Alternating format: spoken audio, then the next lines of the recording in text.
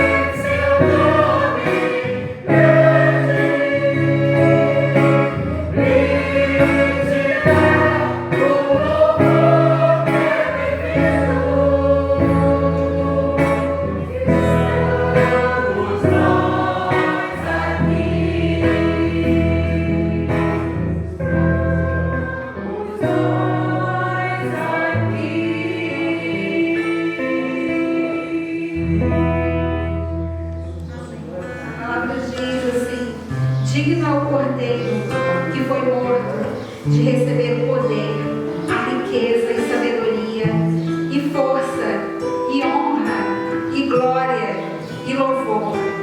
A Ele é o nosso louvor, a Ele é a nossa adoração. Vamos glorificar o nome do Senhor.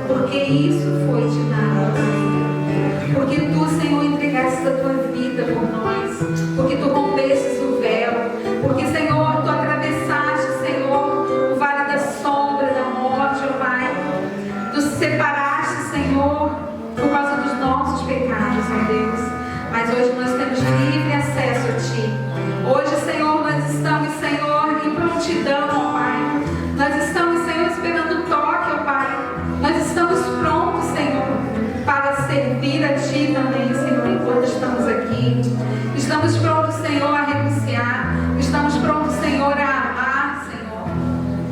Mas nos aperfeiçoa, Senhor, no teu amor. Nos entregue, Senhor, uma porção desse teu amor, Senhor. Doador, perdoador, generoso, misericordioso. Que possamos, Senhor, ser peças, ó Pai, para alcançar essas vidas, ó Pai. Que possamos, Senhor, ser pontes, Senhor. Que possamos, Senhor, ser flecha sua, ó Pai. Nesta cidade, neste bairro, no nosso trabalho, ó Deus. Para que Tu também possas alcançá-los, ó Pai, através das nossas vidas. Que possamos ser esse instrumento Teu. Para que possamos, Senhor, alcançar essas vidas, ó Pai. Em nome de Jesus nós te oramos, Senhor. A Ti, Senhor, nós damos toda a honra, ó Pai.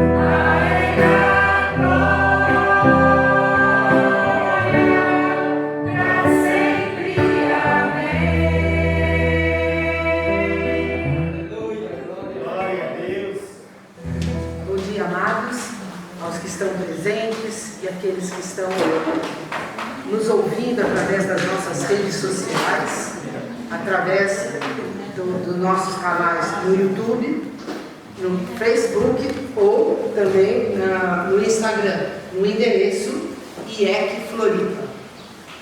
E esse tempo de louvor tão precioso. Quando eu estava louvando, eu fiquei orando e falando: Senhor, alcança toda essa nossa vizinhança esse clamor que o Teu povo está fazendo aqui, um clamor que vem da nossa alma de gratidão ao Senhor. Uma das minhas irmãs, fugindo ao script, uma das minhas irmãs foi para Jesus porque ela ouvia os louvores de uma igreja perto da casa dela e aquilo foi incomodando, aqueles cânticos foram incomodando o coração dela e ela se aproximou da igreja porque as canções que eram de louvores a Deus foram quebrando o coração dela. E eu orei nesse sentido, para que os nossos vizinhos também sejam quebrantados por esse louvor tão gostoso que flui de lábios que confessam ao Senhor Jesus. Amém? Nós temos ouvido uma série de mensagens sobre cartas de Jesus. E nessa semana completou 166 anos que um casal ouviu o chamado de Deus e falou: eis-me aqui, envia-me a mim. O casal Robert e Sarah Kelly. Eles saíram do seu país e vieram aqui para o Brasil com a missão de ensinar o povo brasileiro sobre o amor do Senhor, independente de qualquer outra dificuldade, de templos construídos por mãos humanas. Eles vieram para divulgar o amor de Deus. E essas cartas vivas abriram a porta do Evangelho para nós brasileiros. E a partir do casal Robert e Sarah Kelly, o Brasil, as outras denominações evangélicas foram se achegando ao Brasil. Aquele casal realmente é um exemplo a gente a seguir. Que a gente não se intimide aonde Deus nos colocar. Que sejamos testemunhas vivas do amor do Senhor Jesus. Para a honra e para a glória do nome dele. Vamos ser cartas vivas de Jesus, aonde Deus nos colocar. Amém? Eu vou citar, está no nosso boletim dessa semana, uma pergunta. Como está teu tempo de oração? Você não dedica ao Senhor diariamente nem uma hora? O pastor pegou um trecho de um livro e o autor diz assim: uma coisa eu posso garantir, quando oramos uma hora por dia, opera-se em nós um processo extraordinário. É claro que ele não ocorre da noite para o dia, acontece lentamente, de forma quase imperceptível. O Espírito de Deus enraiza no solo do nosso coração um forte desejo de orar. E esse anseio vai desarrojando as ervas daninhas da apatia e da negligência. Depois, o anseio amadurece e produz constância. Um belo dia, descobrimos que orar não é mais um peso, uma obrigação. É que a disciplina da oração produziu o prazer de orar. Aí começamos a ansiar pelo momento da comunhão. O autor é Mary Lear, em seu livro Nenhuma Hora. Então, eu também testemunho isso, o quanto o poder da oração diária é o meu alimento diário.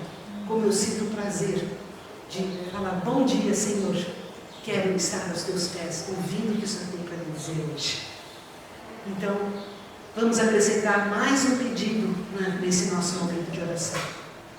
Que nós todos, como comunidade, oremos para que Deus abra as portas para vir as autorizações, as devidas autorizações do Corpo de Bombeiro, da Prefeitura, das autoridades locais, para que a gente possa dar início à terceira fase da nossa obra. Nós dependemos dessas autorizações, porque nós andamos conforme o Senhor manda. A hora que Ele manda parar, a gente para. A hora que Ele manda a gente caminhar, a gente caminha. E nós queremos fazer tudo da maneira correta. Por isso estamos aguardando essas autorizações para a honra e glória do nome do Senhor Jesus. Amém? Então nós agora vamos ver e ouvir, mais um vídeo da mensagem, Cartas de Jesus, logo após a mensagem. Amém?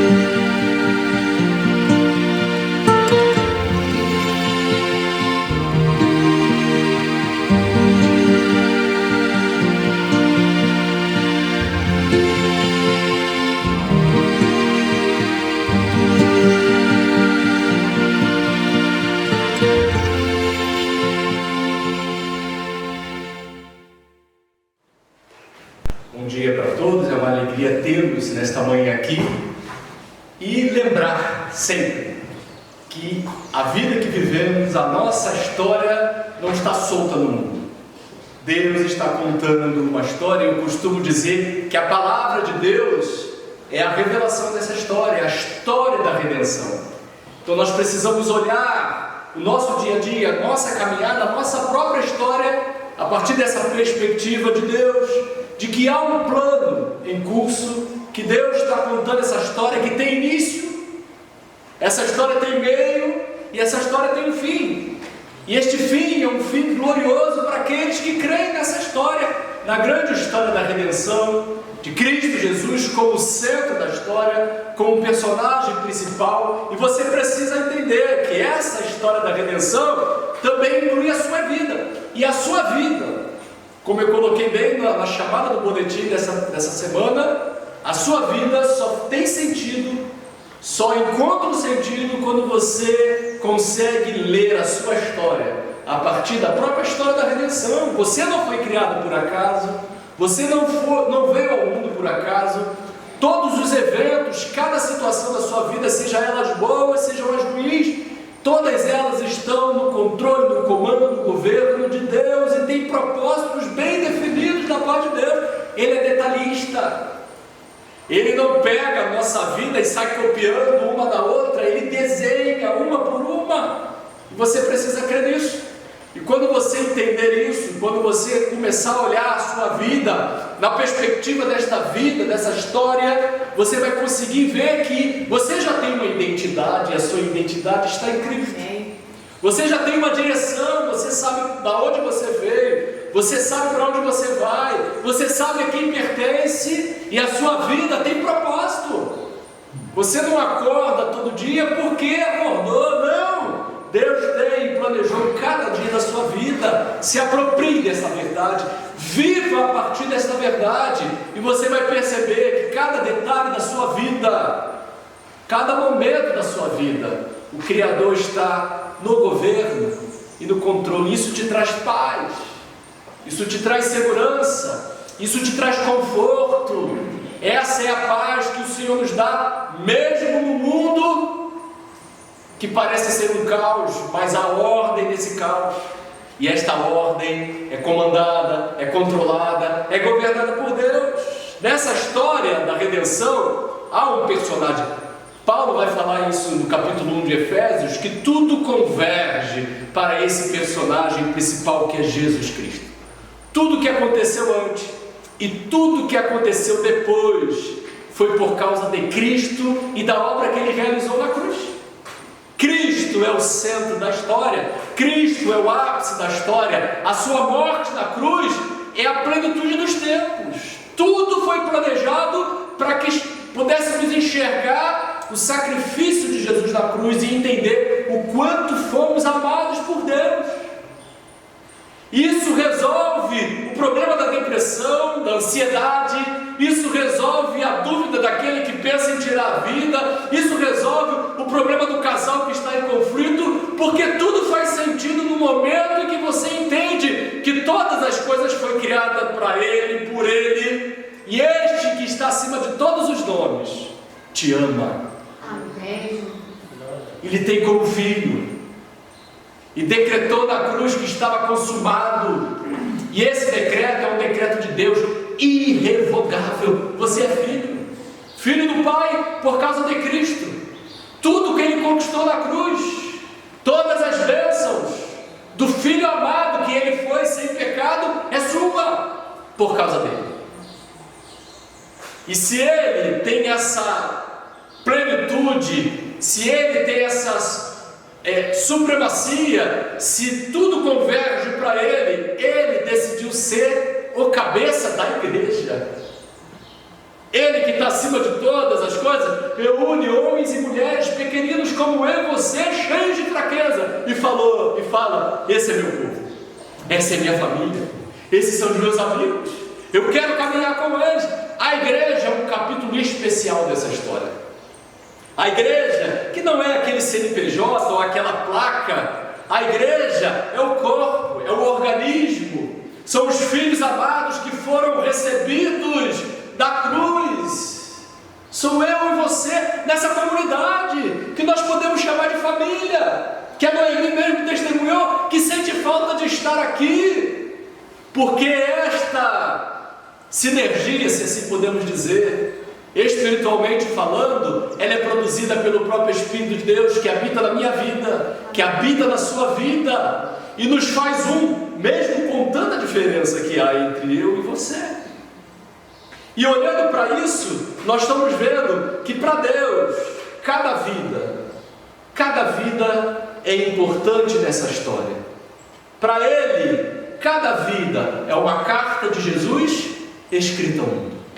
E nós, como igreja, somos essa carta escrita para esta comunidade que estamos aqui plantados.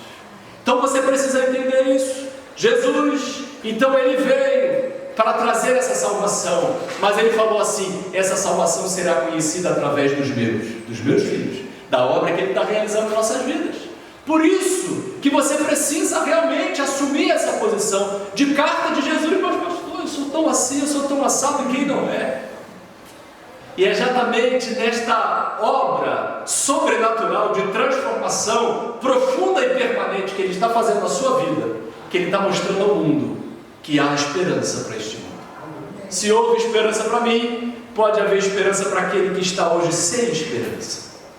E olhando para isso, nós estamos durante esse mês vendo homens e mulheres praticamente anônimos, que não tiveram uma posição talvez central na igreja, mas que igualmente foram usados por Deus de forma poderosa para anunciar este Evangelho de Cristo Jesus. Vimos lá isso na vida de Filemão, vimos isso na vida de Priscila, de Áquila, vimos isso na vida daqueles que estão caminhando conosco, vimos na semana passada na vida de Cornélio, um quase desconhecido, e hoje eu quero compartilhar mais um personagem. Agora não é quase anônimo, não, é completamente anônimo. Na verdade, um grupo de irmãos que está no livro de Atos, capítulo 11, e você pode abrir agora a sua Bíblia, Atos, capítulo 11, versículo 19, e nós vamos ler até o versículo 26.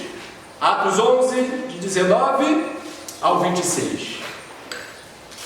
Aproveitem para dar uma olhadinha no seu celular, para ver se está realmente no silencioso, para que todas as vozes se calem e a voz do Espírito possa falar profundamente aos nossos corações.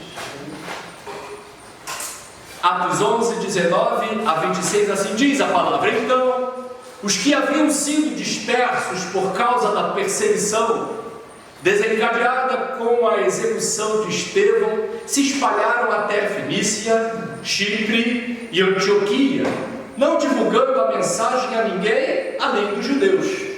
Alguns deles, entretanto, eram de Chipre e de Cirene, e que chegaram até Antioquia, pregaram também aos gregos, apresentando-lhes o Evangelho do Senhor Jesus. Obrigado.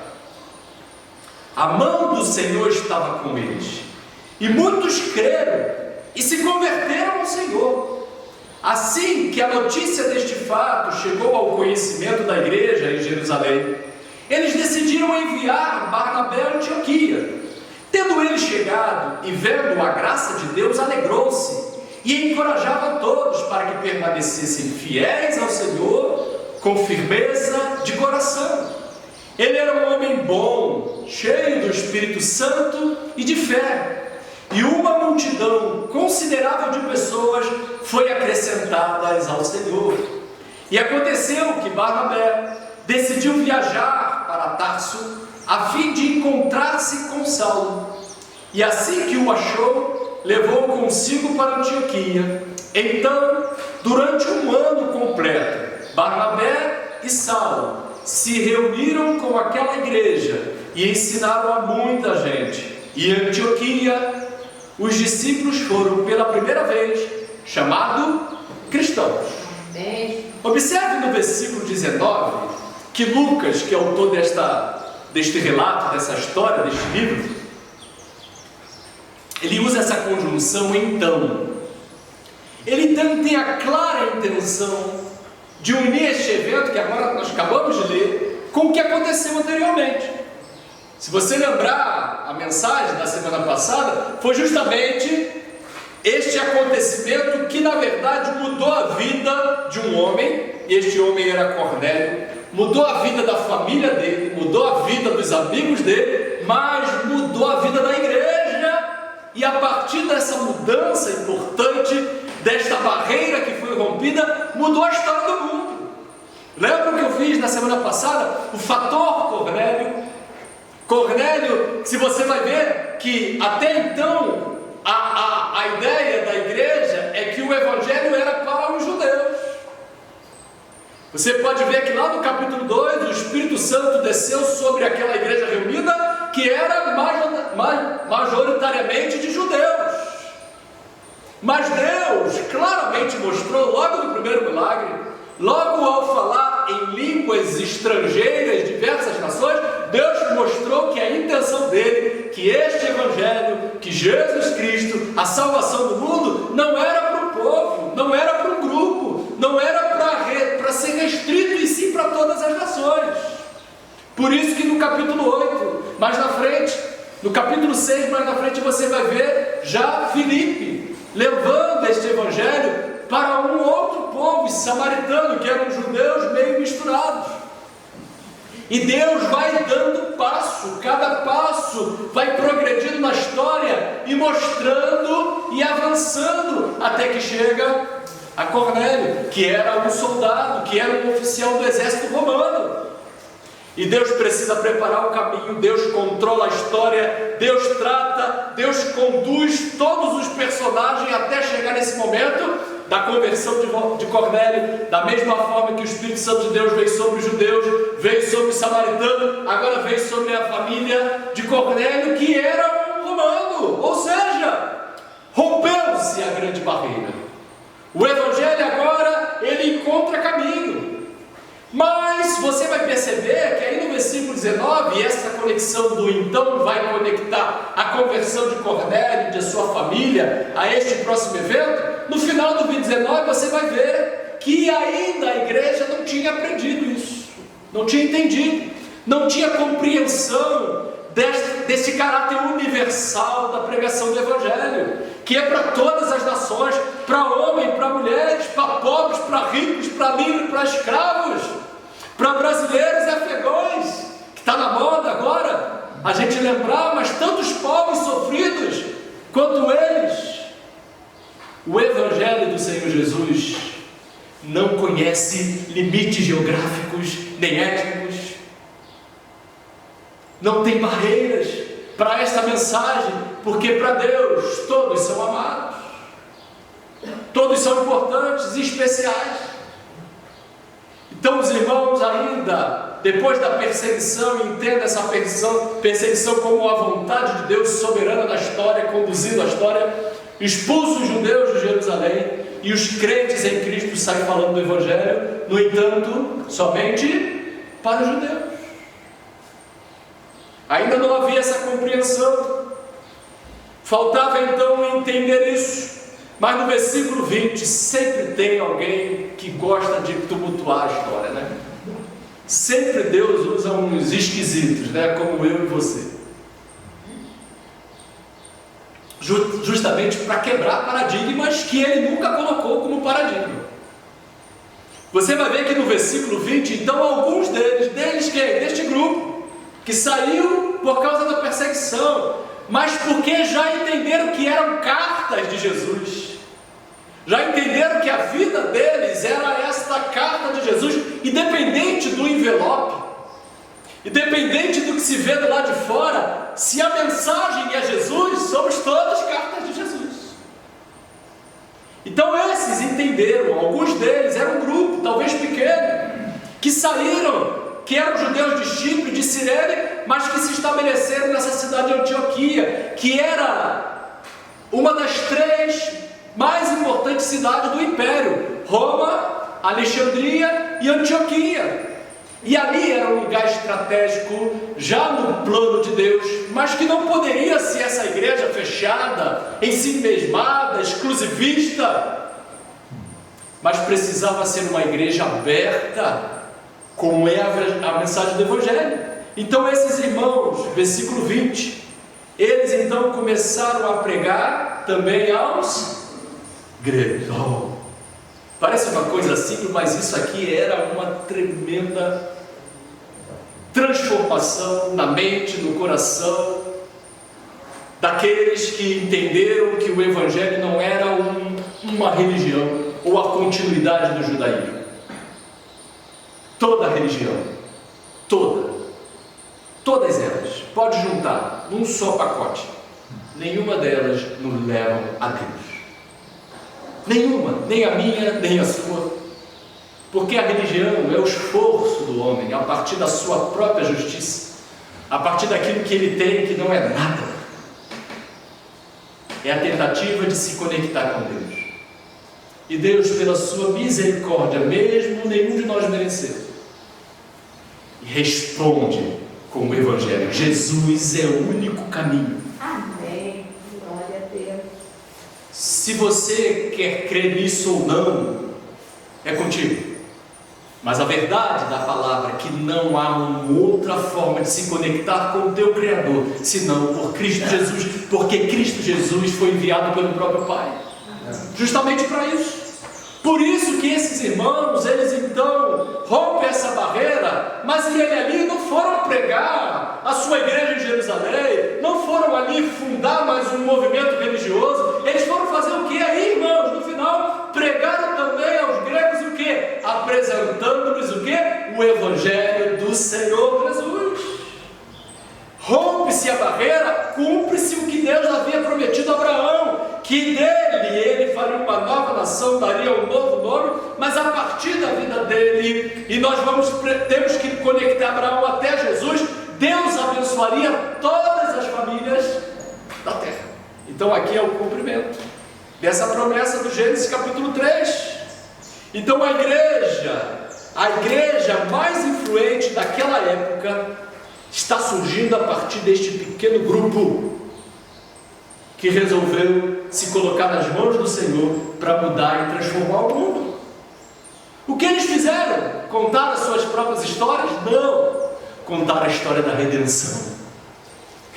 Eles começaram a falar que o nosso Deus, Criador dos céus e da terra, acima de todos os nomes, criou todas as coisas perfeitas, e criou o homem dentro dessa perfeição e deu todas as possibilidades do homem continuar obedecendo, mas falou para o homem que há limites, que o homem precisava continuar dependendo desse sustento amoroso, carinhoso e perfeito de Deus, mas o homem resolveu deliberadamente voltar suas costas para Deus e viver a sua vida a partir da sua própria justiça. Então o homem cai e se afasta de Deus, mas esse Deus amoroso não desistiu do homem. Então ele mesmo se fez homem, porque precisava de um outro homem para se doar, para entregar sua vida, para derramar o seu sangue em favor de toda a humanidade.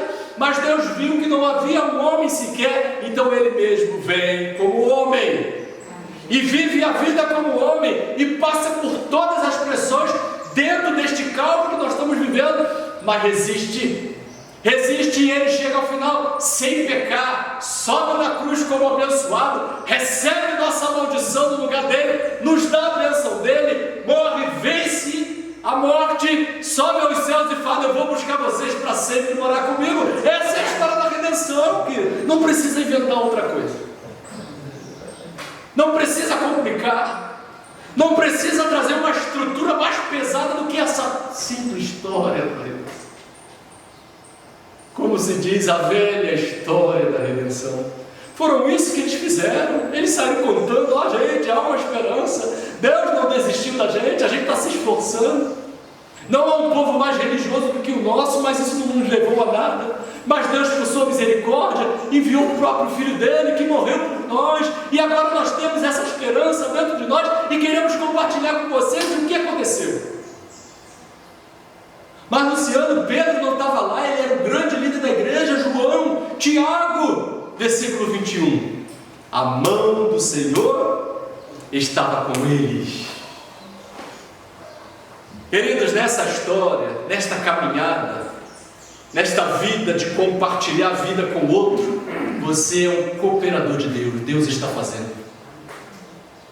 Deus está fazendo e Ele está te chamando para fazer parte. Paulo vai usar a palavra cooperador, amigo de trabalho. Olha só, Deus está nos chamando para caminhar ao lado dEle, para cooperar na obra que Ele já está realizando. E quando nós decidimos fazer com que nossas vidas tenham sentido dentro dessa história da redenção, e permitindo que o Espírito Santo de Deus torne a nossa própria vida a carta de Jesus ao mundo, nós temos a garantia de que o Pai sempre estará ao nosso lado, caminhando conosco. Seja qual for a dificuldade, seja qual for a luta, somos cartas de Jesus ao mundo, sim. Se somos cartas, se estamos nos colocando nessa posição, o Senhor estará sempre caminhando ao nosso lado. E o que acontece? Qual o resultado disso?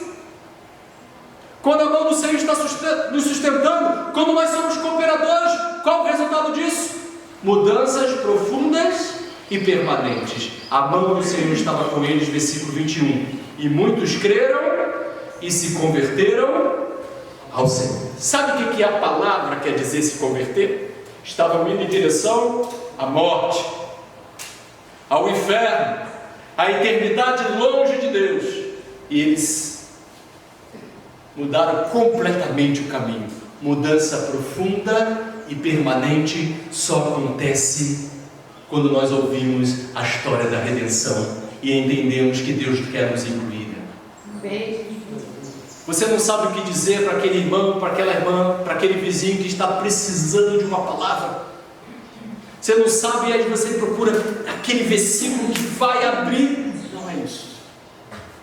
A Bíblia não é um recorte de pequenos e ensinamentos práticos da vida do dia a dia. Não é. A Bíblia é a revelação da grande história do amor de Deus, que não ficou sentado enquanto estávamos morrendo. Ele veio pessoalmente para nos salvar. Conte essa história. Amém. E ao contar essa história, mudanças profundas e permanentes vão acontecer na vida daqueles que estão orando. É isso que Jesus está te chamando. Para você ser a carta de Jesus que conta essa história, a partir daquilo que Ele está fazendo na sua vida primeiro. Que esse é o processo. Você não é um narrador da história. A sua história é a própria história. de Cristo, daquilo que Ele fez na sua vida, daquilo que Ele ainda está fazendo na sua vida. E a partir disso, Ele vai fazer na vida do outro. Você não tenha dúvida, no momento que você se coloca, permite que o Espírito Santo de Deus vá mudando a sua vida, as pessoas já percebem a diferença e a mudança que há na sua vida. Aí é fazer como esses, criar pontes, reconectar os pontos, refazer os laços, se aproximar, não para trazer para o seu grupo, não para fazer parte da tua igreja, da tua religião, mas para apresentar a esperança que há em Cristo Jesus.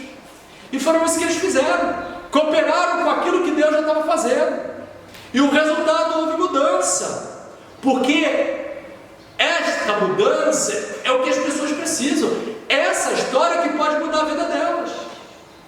Agora, uma coisa interessante é isso, a mão do Senhor vai estar contigo em todo momento, na medida em que você decidir falar assim: Senhor, eu quero ser a carta de Cristo Jesus ao mundo. É o que Isaías falou: Senhor, eis-me aqui, me envia. E às vezes a gente pensa que é para ir para algum país, para ir para alguma tribo. Não, é aqui agora, quando as pessoas estão se perdendo ao teu lado, caminhando ao teu lado e não conhecem essa esperança. E esse pequeno grupo permitiu ser usado por Cristo, trouxe essa conexão. São conexões que Deus vai fazendo de pequenas histórias, que Deus vai contando a grande história da redenção, a partir da minha vida e a partir da sua vida. Percebe que agora no versículo 22 Deus traz mais uma conexão para essa história. Então, quando a notícia chega em Jerusalém, lá na igreja central, então os líderes da igreja decidem então enviar alguém, Barnabé. É interessante como é que Deus ele se preocupa com quem envia para a hora certa, no momento certo, para que essa história se transforme naquilo que ele está planejando. Esse homem também quase desconhecido, Barnabé, era um homem que tinha o coração encaixado justamente para aquela situação. Porque olha só o versículo 23, tendo ele chegado e vendo a graça de Deus. Interessante que ele poderia chegar ali e ver um monte de coisa. Ixi, os irmãos aqui estão se reunindo e não fazem igual a gente lá em Jerusalém não, o negócio está errado. Vamos mudar aqui, vamos fazer logo uma assembleia. Quem é o presidente? Não tem conselho fiscal? Não que essas coisas sejam ruins, mas a gente não pode deixar que essas coisas ofusquem a graça de Deus manifestada no meio da sua igreja. Talvez se fosse o outro, eu não vou julgar aqui, botar o nome de ninguém aqui na história, pudesse chegar lá e vou ter que dar uma melhorada aqui, vou chamar, vou mudar. Mas Deus manda a pessoa certa, no lugar certo, no momento certo, e Barnabé era esse. Porque aquele momento foi um momento especialmente trabalhado por Deus, porque ali estava se abrindo as portas do Evangelho do mundo, para todas as outras nações. E quando ele chegou lá, vendo a graça de Deus, alegrou-se e começava a encorajar os irmãos para que permanecessem fiéis no Senhor com firmeza de coração. É isso aí, querido.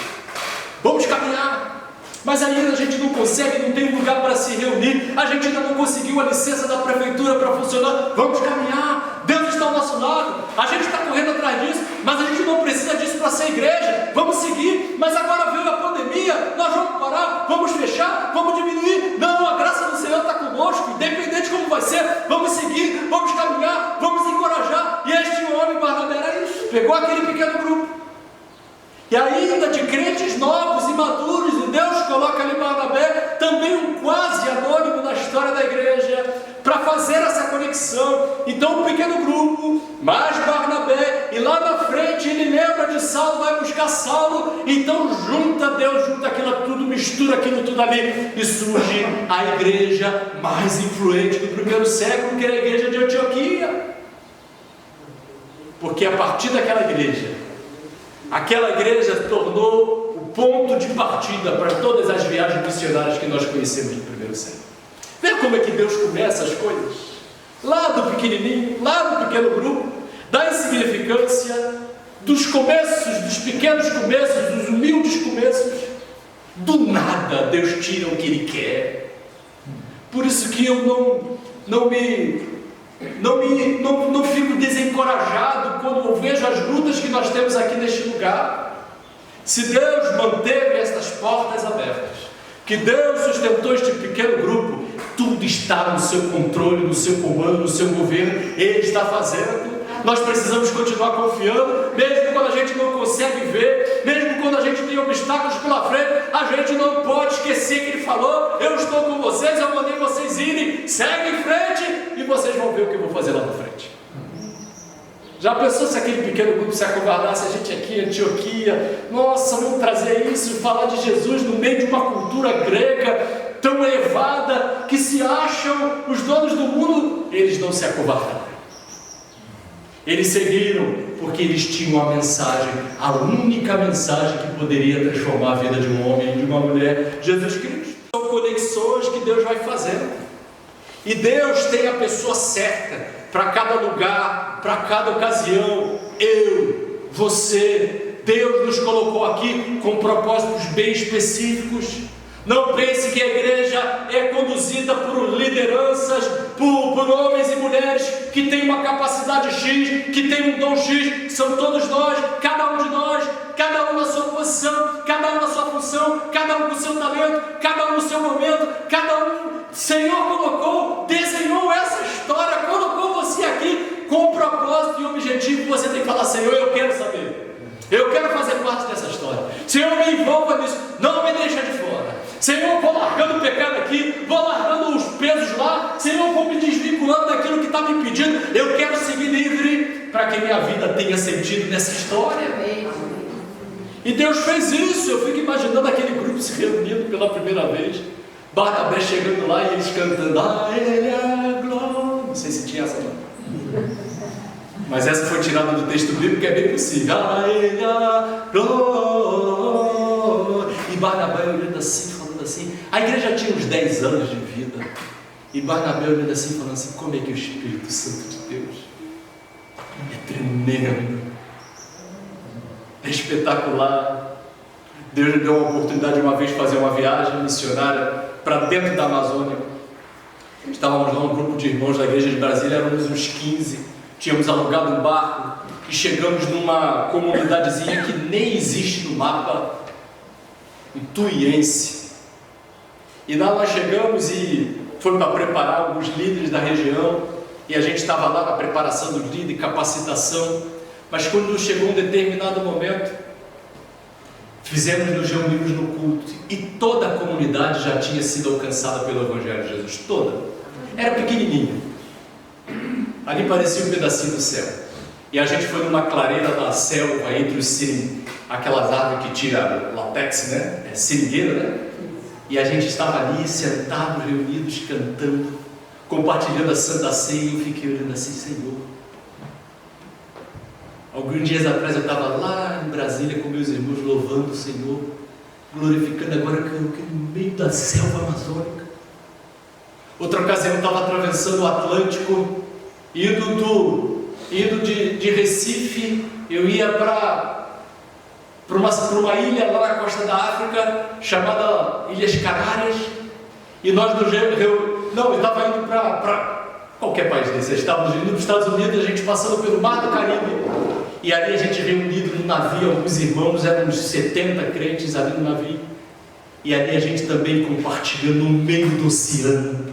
Acho que a gente estava até passando pelos triângulos da Bermuda na época, e ali um grupo de irmãos louvando o Senhor. Eu falei: Senhor, até aqui no meio do oceano o Senhor se manifesta, queridos. Deus vai juntando, Deus vai ligando os pontos, Deus vai contando a história. Nada é por acaso, nada é sem sentido, nada acontece por acidente. Deus vai fazendo, e fez isso com esse grupo de irmãos, e ali foi criando, crescendo esse grupo, e se tornou essa história de igreja maravilhosa. O resultado, olha só o versículo 24: e ele era um homem bom, cheio do Espírito Santo e de fé, e uma multidão considerável de pessoas foi acrescentada ao Senhor. Qual é o resultado quando homens e mulheres se colocam nas mãos do Senhor para ser carta de Jesus ao mundo? Vidas sendo transformadas de forma profunda e permanente. história que Deus vai contando e recontando em cada vida que vai sendo alcançada. E ali, aquele pequeno grupo com Barnabé, que não era ninguém na história da igreja, Deus então conta a linda história da redenção a partir daquelas pequenas histórias. E assim Deus vai fazendo. O resultado é a transformação de vida, vidas sendo arrancadas do inferno, vidas sendo matriculadas no céu, vidas sendo alcançadas, para que a vida volte a ser vida como planejada por Deus. E a vida daquele homem, a vida daqueles homens, daquelas mulheres, mudaram a história do mundo. Então, Barnabé, versículo 25, começa então o início do ministério às nações. Até então, a igreja era a igreja dos judeus. A partir do versículo 25 você vê uma guinada incrível. E aconteceu que Barnabé decidiu viajar para Tarso, a fim de encontrar-se com Saulo. Você pensa que isso surge na cabeça do homem? Vamos só recapitular. Paulo então era o perseguidor da igreja. O homem que olhava a igreja de Cristo Jesus e achava que era um bando de blasfemo. Até que no caminho, indo para Damasco, ele encontra com o próprio Jesus. Saulo, sou eu, rapaz. Vem cá, você é meu. E Jesus toma Saulo para ele. Saulo então começa a pregar em Damasco. Ele vai para a Arábia, 3 anos na Arábia, volta para Damasco. Depois de 3 anos, ele então vai se apresentar a Jerusalém para os discípulos. Mas ele era tão tumultuador, Paulo era tão radical na mensagem, que ele começou a produzir problema para a igreja. A igreja então levou ele para fazer um passeio, comprou uma passagem para Tarso de ida sem volta e fala assim: fica aí. E Saulo ficou 10 anos, por volta de 10 anos, simplesmente esquecido. Ninguém mais sabia que era Saulo, ninguém mais sabia dessa história, desconhecido dos homens, mas conhecido dos céus.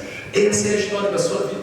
Amém. Você pensa que está aqui escondidinho em um lugar que ninguém está lhe vendo, que ninguém consegue ver, que ninguém sabe o teu nome, e a gente fica essa correria de superexposição em rede social para ter seguidor, para o teu nome ter, para você ser. Esquece isso. Para que ser conhecido nesse mundo, se você já é conhecido dos céus? Deus tem plano para a sua vida, Deus tem um trajeto para a sua vida, Deus tem uma história para a sua vida, o seu nome está sendo comentado entre os anjos. O que mais você quer? Estão ali escondidinho, Saulo lá em Tarso, e Deus coloca no coração de Barnabé: chama lá meu servo, 10 anos se preparando, chama lá, ele está lá. E você conhece o restante da história.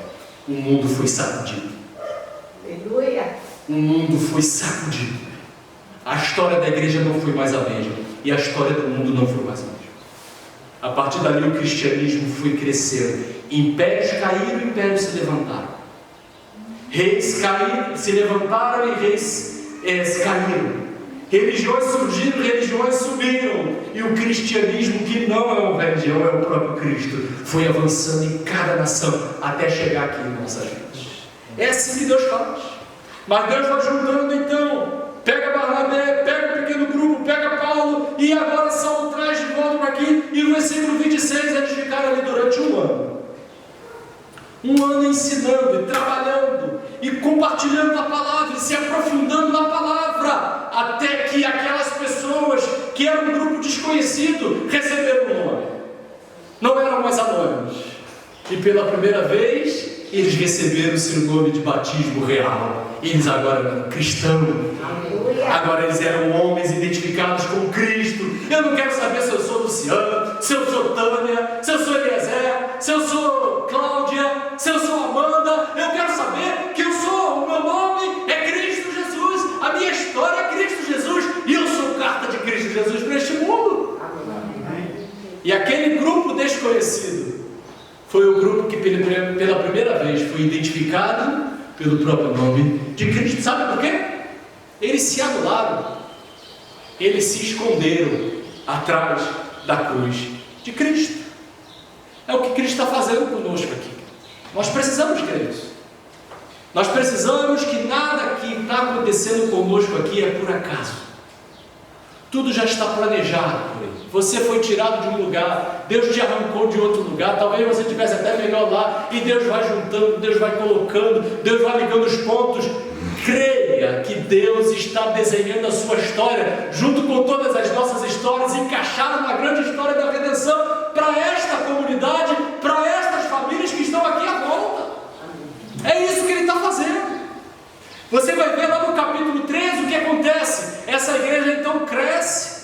Essa igreja cresce e começa a olhar o mundo. Então eles pegam o que de melhor eles tinham e junta Barnabé e junta Paulo e fala assim: agora vocês vão, sejam as cartas de Jesus escritas por nós aqui, mas para o mundo. E Paulo então sai para a Ásia Menor. Na segunda viagem então ele vai para a Europa. Na terceira viagem ele vai, e ainda preso, até que o Evangelho chegue aos confins da terra. É essa a imagem que nós vemos do retrato que foi tirado no passado e nós conseguimos enxergar hoje. Agora o retrato que Deus está tirando agora, nós vamos ver lá no futuro. Vamos colher os frutos, porque quem semeia para a carne, para si, para o nosso nome, colhe maldição, mas quem semeia para o Espírito, colhe vida eterna. E o que nós estamos fazendo aqui? Nós não estamos semeando para nós mesmos. Nós não estamos semeando para nossas vidas. O nome de Jesus tem que estar acima de todos nós. E quando nós semeamos, semear para o Espírito é fazer o quê? Ele já está fazendo nos corações. Nós estamos ali cooperando com Ele. Fazendo o quê? Cada centavo aplicado nessa obra, cada minuto que a gente gasta aqui é para que o nome do Senhor Jesus seja conhecido. Já percebeu o que a gente está fazendo nesses anos aqui? Como a gente deu uma enxugada em tudo que a gente tinha? Como a gente está tirando os móveis do lugar e deixando a sala livre para que o nome de Jesus não tenha obstáculos para chegar em lugar algum? Se a gente continuar confiando nesta direção que o Senhor está nos dando, nós vamos colher vida eterna. Amém. Não a nossa, que a nossa já está colhida, já está garantida, mas daqueles que ainda estão carecendo de conhecer a salvação em Cristo Jesus. A Eloá falou de um casal, Robert e Sarah Calley, chegaram aqui em 1855. Sem pai, sem mãe, como diz o ditado. Não havia uma igreja que tinha enviado eles, não havia uma agência missionária.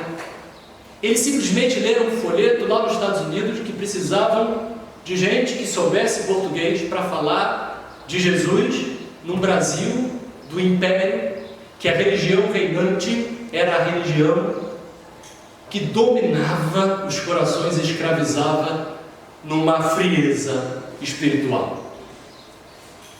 Então esse casal sozinho vieram para cá, não para plantar uma igreja na língua deles em mulheres escoceses, mas para plantar uma igreja para brasileiros.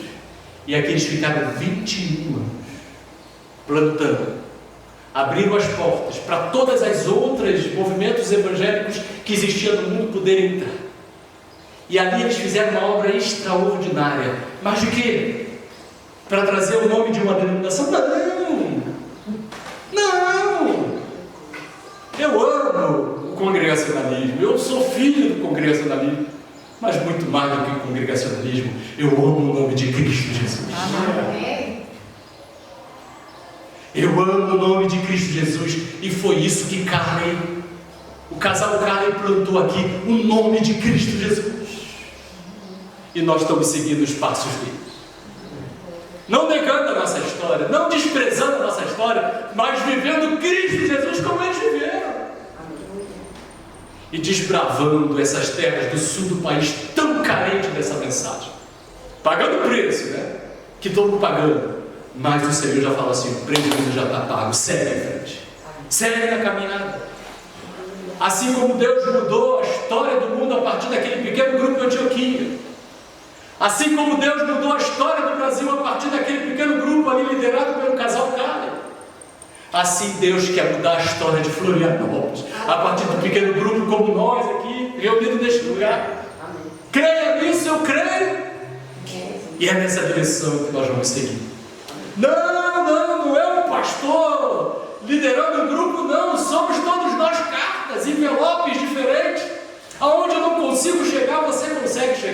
No coração que eu não consigo falar, você consegue falar. E se Deus está falando a tua vida a partir da minha vida, fale na vida de alguém, porque é o mesmo Cristo que fala comigo, fala contigo. A mesma carta que foi escrita na minha vida, foi escrita na sua vida. Creia nisso.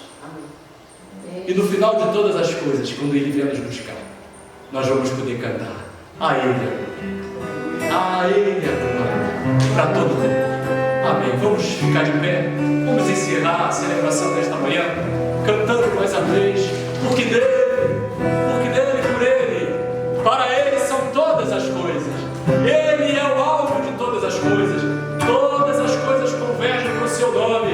Não há um nome que se importe mais importante do que Ele, porque só há salvação nesse nome.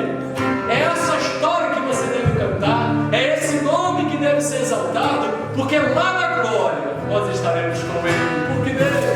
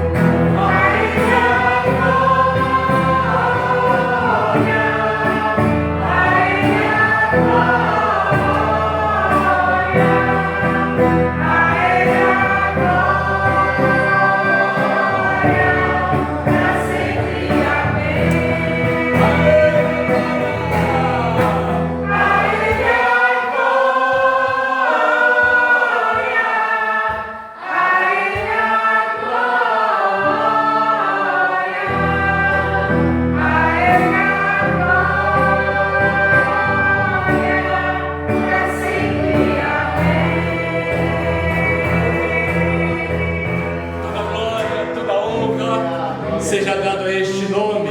Aleluia. Vai para casa com este momento em seu coração. Guarda esta visitação que o Senhor fez esta manhã. Mas Ele só está dizendo para você: continue. Continue com este fogo no teu coração. Continue com esta chama vibrando. E deixe que outros enxerguem isso. E quando perguntarem o que está acontecendo com a sua vida, fala assim: é Cristo na minha vida. Amém. E quem é Jesus? Um ícone religioso, fundador de uma religião? Não. É o meu Salvador, que está acima de todo o trono, mas se tornou comum, igual a mim, para me resgatar de uma história falida e desgraçada, por uma linda história de amor e redenção. É isso que eles precisam ver. E quando ouvirem isso, você está cumprindo aquilo que Deus fez e planejou para a sua vida. Que Deus abençoe. Louvamos a Deus por mais esse domingo. Agradecemos também a Deus pela vida do Guilherme. Guilherme está conosco hoje pela primeira vez. Guilherme, seja bem-vindo. É do Rio de Janeiro, Guilherme? Está em casa, Guilherme. Está em casa porque é do Rio de Janeiro. Está em casa porque o pastor e o outro pastor da igreja também é marinheiro. Ele era da escola de aprendiz.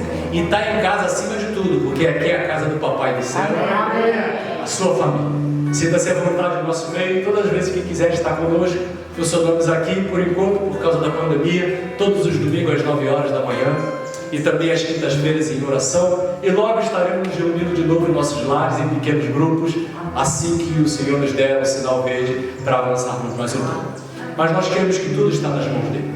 Queremos que ele tenha planejado cada um desses momentos, apesar da gente, apesar das nossas limitações e fraquezas, apesar da nossa timidez. O Senhor e os seus planos jamais serão frustrados na nossa vida. Amém? Hoje também é um dia de alegria. Está completando, ela já autorizou falar, né? 83 anos de idade. Vou chamar aqui à frente nossa irmã Nilza.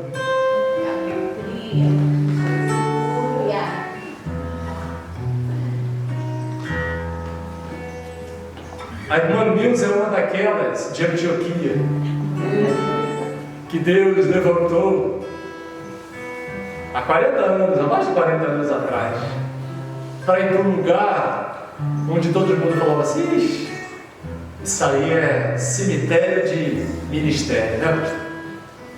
Mas ela falou assim: se meu Deus está mandando ir, apesar do meu marido, né, eu vou. Mas a dona Nilza, ela tem uma história muito bonita de vida. E qualquer dia a gente vai marcar uma entrevista com ela para a gente conversar um pouco e revelar para os irmãos essa história. Mas em especial na minha vida.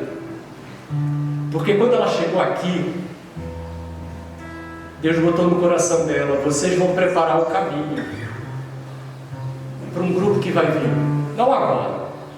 Ainda vai haver muito sofrimento, muitas idas e vindas.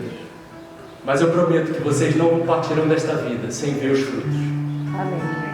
E a dona Lisa, a partir dali, começou a orar. Orar por uma pessoa que ela falou que ela nem conhecia. Senhor, abençoa quem vai estar lá na frente aqui, neste trabalho. Quando ela começou a orar, eu tinha 11 anos de idade. Tinha acabado de me batizar, me batizei aos 10.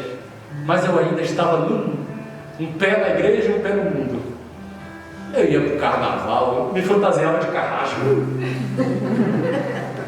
Comia doce de corno da melhor. Para mim tudo festa, e nunca me fez mal. Graças a Deus. Mas a minha vida mudou ali naquele dia. Estava pronto para ir para o carnaval. Minha fantasia passada de carrasco que minha mãe fez, bonita, de cetim preto, correntinha dourada. Era bonita a minha fantasia. Tinha um papelão assim que deixava a máscara do carrasco bem lá em cima. E chegou um tio meu falando: ó, alguém ficou doente lá no retiro, lá do Bento Ribeiro, lá do pastor Alvaro Trindade, e tem uma vaga lá. Aí eu falei: ah, carnaval eu vou lá para aquele acampamento. E eu fui para aquele acampamento. E a minha vida mudou ali. Mas essa mulher estava orando por mim, sem me conhecer. São as conexões que Deus vai fazendo, né, minha querida? E eu louvo a Deus pela vida da dona Nilza, pelo pastor Sérgio, porque Deus falou assim: esse rapazinho vai me dar muito trabalho se eu chamar ele para ser pastor agora. Então Deus me chamou aos 17 anos, só me deu autorização aos 46. Colocou esse casal na minha vida para me ensinar a ser pastor com vocês aqui. Então, em especial, eu quero orar pela vida da dona Nilza, agradecer a Deus por esta vida, pela abnegação, pelo este amor que a senhora tem por esta obra, porque esta obra é de Jesus. O amor que ela tem é por Jesus. Pai, muito obrigado, Senhor, por ter tido a oportunidade de conhecer esta mulher gigante do teu reino.